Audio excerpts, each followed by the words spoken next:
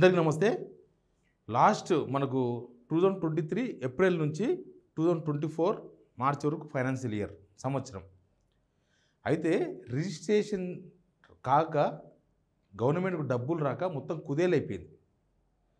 దీని పాపం ఏంది, దీనికి కారణం ఎవరు, ఎవరి బ్రెయిన్లో పుట్టిన పాపము, ఇదంతా తర్వాత మాట్లాడదాం.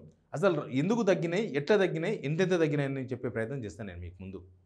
ఈ మధ్యలో ఒక రియల్ ఎస్టేట్ బిల్డర్ 5 అంతస్తుల అపార్ట్మెంట్ కడుతున్న ఒక బిల్డర్ ఆత్మహత్య చేసుకొని చనిపోయాడు. మీకు అందరికీ తెలుసు, కొంపల్లి దగ్గర. నేను ఈ వీడియోకి సంబంధించిన పూర్తి సమాచారం ఇచ్చే ముందు నేను మీకు ఒక రిక్వెస్ట్ చేస్తున్నా.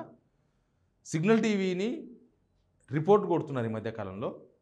నేను మీ మద్దతు అడుగుతున్నా. ఈ వీడియో చూసే వాళ్ళు ఈ వీడియో కింద ఉన్న సబ్స్క్రైబ్ బటన్ కూడా నొక్కండి. సిగ్నల్ టీవీకి మద్దతుగా నిలవండి. మీకు అవసరమైన వార్తలే 100% అందిస్తాను, నేను హామీ ఇస్తున్నా. చూస్తున్న వాళ్ళలో 60% కేవలం వీడియో చూస్తున్నారు. మీకు అందరి కృతజ్ఞతలు. కానీ సబ్స్క్రైబ్ కూడా చేసుకొని మద్దతు నిలవాలని కోరుకుంటున్నా. ఇక వీడియోలోకి పోదాం. ఏమైందంటే మొత్తం టార్గెట్ 18,229 కోట్లు. ఇవి ఎట్లకెళ్ళి వస్తాయి? రిజిస్ట్రేషన్స్. ఇవన్నీ కూడా రిజిస్ట్రేషన్స్ టార్గెట్. ఇవి ఎట్లా వస్తాయి గవర్నమెంట్కి డబ్బులు అంటే? రిజిస్ట్రేషన్స్ అవుతుంది. రిజిస్ట్రేషన్స్ ఎప్పుడైతాయి? కొనుగోలు అమ్మకాలు ఉన్నప్పుడు రిజిస్ట్రేషన్లు అవుతాయి.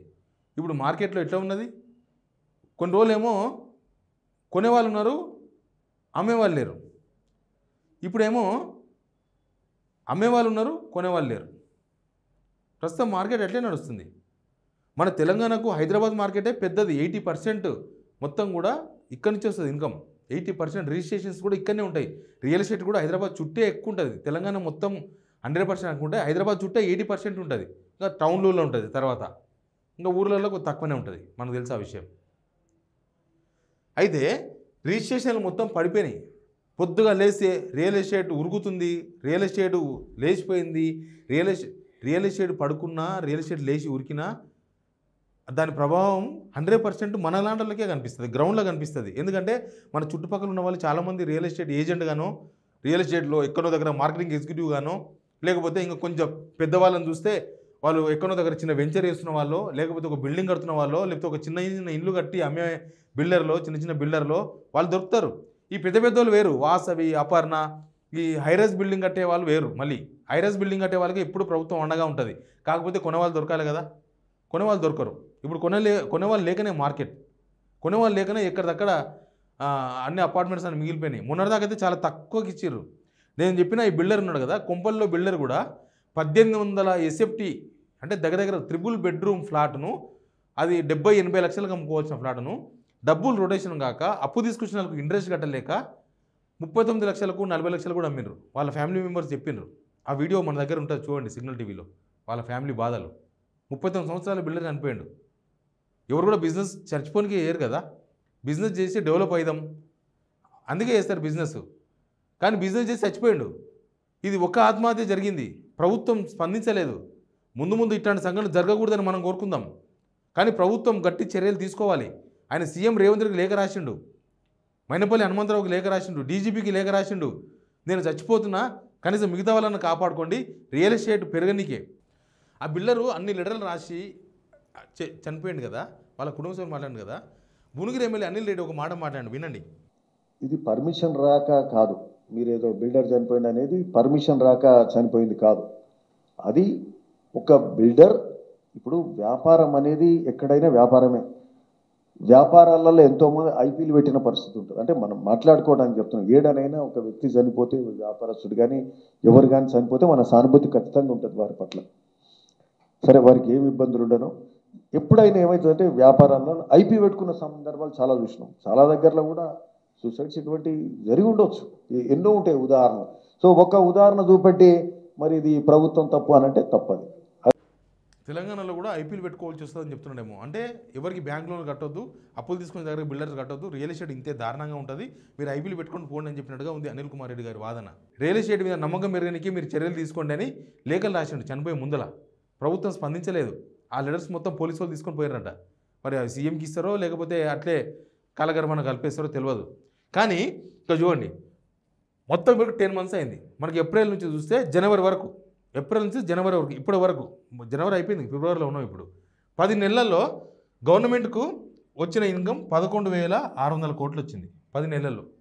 ఇంకెన్ని రోజులు మిగిలింది సంవత్సరానికి? 2 నెలలు మిగిలింది, ఫిబ్రవరి మార్చ్, ఈ 2 నెలలు మిగిలింది. ఎంత తక్కువ వచ్చిందంటే పోయిన సంవత్సరంతో పోలిస్తే 340 కోట్లు తక్కువ వచ్చినాయంట. పోయిన సంవత్సరం 10 మంత్స్లో చూస్తే ఇప్పుడు 11,600 కోట్లు వచ్చినాయి కదా, అప్పుడు 11,940 కోట్లు వచ్చినాయి. ప్లస్ ఇప్పుడు 2 మంత్స్లో ఈ టార్గెట్ రీచ్ కావాలంటే 6,629 కోట్లు. అంటే నెలకి ఎంత రావాలి? 3,314 కోట్లు రావాలి ఎవ్రీ మంత్. రియల్ ఎస్టేట్ పచ్చగా ఉన్నప్పుడే, అంతా బాగున్నప్పుడే రియల్ ఎస్టేట్ ద్వారా వచ్చే ఇన్కమ్ 1,300 కోట్లు, 1,400 కోట్లు మించదు. ఇంకా పచ్చగా అప్పుడు 100 కోట్లకి ఎకరా పోయినప్పుడు 1,500 కోట్లు. కొంతమంది అంటున్నారు, నేను చూసిన కింద ఆ బిల్డర్ చనిపోయిన దగ్గర కామెంట్స్ కూడా చూసిన, కొంతమంది ఎట్లా రెస్పాండ్ అయినారంటే, అసలు అంతకుముందు గవర్నమెంట్ పెద్ద బుంగ సృష్టించింది, రియల్ ఎస్టేట్ బుంగ, ఆ బుంగ పలిగిపోయింది ఇప్పుడు అని. బుంగలు పలగడము, బుంగలు ఉండడం కాదు. ఒక ఇల్లు కన్స్ట్రక్షన్, ఒక బిల్డర్ ఒక అపార్ట్మెంట్ కడితే కేవలం ల్యాండ్ ఖర్చే ఉండదు. ఇటుక పిల్లలు రేటు పెరిగిపోయినాయి. ఇటుక పిల్లలు 6 రూపాయలకు ఉండేది, ఇప్పుడు 10 రూపాయలు. సిమెంట్ ధర పెరిగిపోయింది, టన్ను డబల్ అయిపోయింది. ఇసుక ధర పెరిగిపోయింది, కూలీల ధరలు పెరిగిపోయినాయి, పర్మిషన్స్ కాస్టులు పెరిగిపోయినాయి, రిజిస్ట్రేషన్ కాస్టులు పెరిగిపోయినాయి, ప్రతిదీ పెరిగిపోయింది. బండల కాస్ట్ పెరిగింది, కార్పెంటర్ వర్క్ పెరిగింది, కార్పెంటర్ కావాల్సిన ఆ కలప ఉంటుంది కదా, ఆ కలప ధర పెరిగింది. అన్ని ధరలు పెరిగిపోయినాయి. ఇప్పుడు ఎవరు కంట్రోల్ చేసే పరిస్థితిలో లేదు. ఒక ఇల్లు అంటే కేవలం భూమి ధర మాత్రమే కాదు, భూమి ధర ఆల్రెడీ ఆకాశాన్ని అందుతుంది. కాకపోతే ఈ మధ్య కొంత స్టేబుల్ అయ్యింది, ఈ మధ్య తగ్గింది. 40,000 గజం అమ్మే కాడ 35,000కు అర్జెంట్ ఉన్న వాళ్ళు 30,000 కూడా గజం అమ్ముకుంటున్నారు. కానీ కొనేవాళ్ళు కూడా చాలా డౌట్గా కొంటున్నారు. అది ప్రాబ్లం ఇక్కడ. కొనేవాళ్ళు కూడా తక్కువకు వస్తుంది కదా కొందామనే దానిలో లేరు. కొంటే ఏమవుతుందో, ఇవి ఏందో ఏం కొంత చూద్దాం, ఇంకా ఏమైనా తగ్గుతుందేమో, లేకపోతే ఇంకా మార్కెట్ ఇంకా ఎక్కడ దాకా పోతుందో చూద్దాం, ఇట్లా ఎదురు చూస్తున్న వాళ్ళు ఉన్నారు. మార్కెట్లో పైసలు లేవు, పైసలు ఉన్న వాళ్ళు ఎవరు బయటకు తీస్తలేరు. ఎవ్వడు 10,000 రూపాయలు అప్పు అంటే కూడా ఎవరు ఇస్తలేరు అప్పు. రియల్ ఎస్టేట్ బాగున్నప్పుడు నడుస్తుంది. ఒక ప్లాట్ అమ్ముతుంటాడు, ఒక ప్లాట్ కొంటుంటాడు. చిన్న వాళ్ళు చాలామంది, అందరికీ ప్రభుత్వ ఉద్యోగాలు ఇవ్వలేదు మనకు తెలుసు, ప్రైవేట్ ఉద్యోగాలు కూడా దొరకవు. చాలామంది రియల్ ఎస్టేట్ ఆధారపడి బతారు. నేను గతంలో చెప్పిన, ఒక బిల్డింగ్ కన్స్ట్రక్షన్ ఆగితే 200 మంది పని పోతుందని, 200 మెంబర్స్ పని పోతుంది.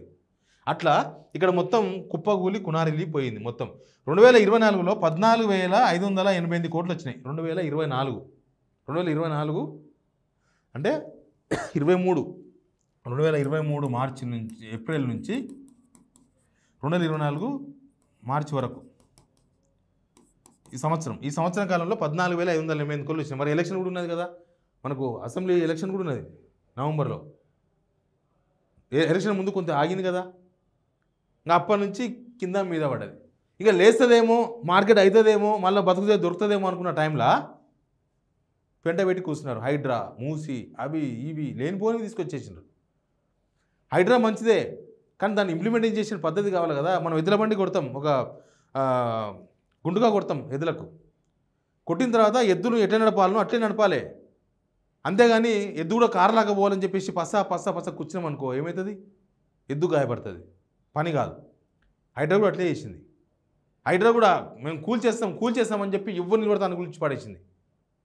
మొన్న వాళ్ళు చెప్పింది హైడ్రా కోసం అనే కదా చెప్పింది. వాళ్ళ కుటుంబ సభ్యులు, ఆ బిల్డర్ వాళ్ళ కుటుంబ సభ్యులు హైడ్రా వచ్చినాక లోన్లు పుడతలేవు, బ్యాంక్ లోన్లు కూడా లోన్లు ఇస్తున్నారు, భయపడుతున్నారు.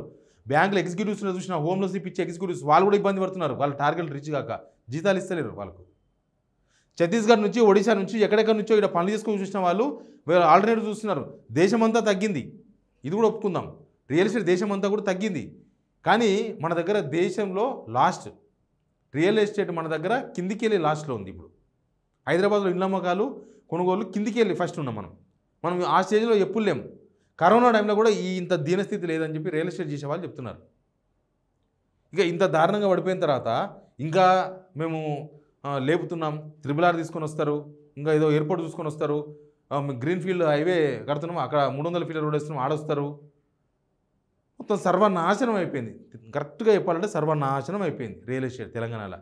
ఇది కోలుకోవాలి, మళ్ళీ లేవాలి, కూసోవాలి. రన్నింగ్ తర్వాత ఎప్పుడైతే తెలియదు, చూద్దాం ఏం జరుగుతుందో. కానీ పరిస్థితి అయితే ఇది. Please subscribe signal TV.